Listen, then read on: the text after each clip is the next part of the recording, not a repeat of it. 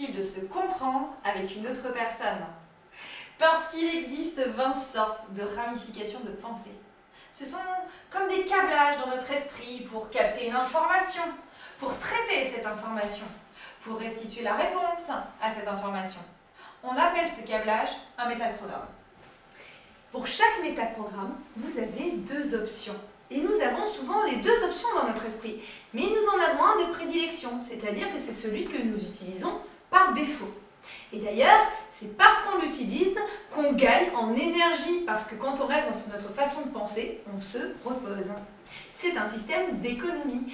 Et du coup, dès que quelqu'un nous parle avec l'autre métaprogramme, c'est difficile, c'est fatigant, ça nous oblige à nous concentrer, et tout au long de la journée, au bout d'un moment, on décroche.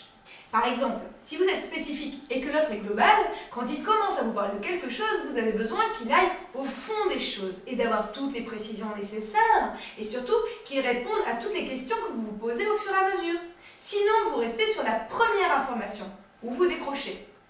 Et à l'inverse, si vous êtes global et que l'autre vous demande des précisions, se répète ou apporte lui-même des précisions ou des choses ou que vous savez ou qui n'ont pas d'intérêt pour vous à ce stade-là, vous décrochez. Cela vous saoule.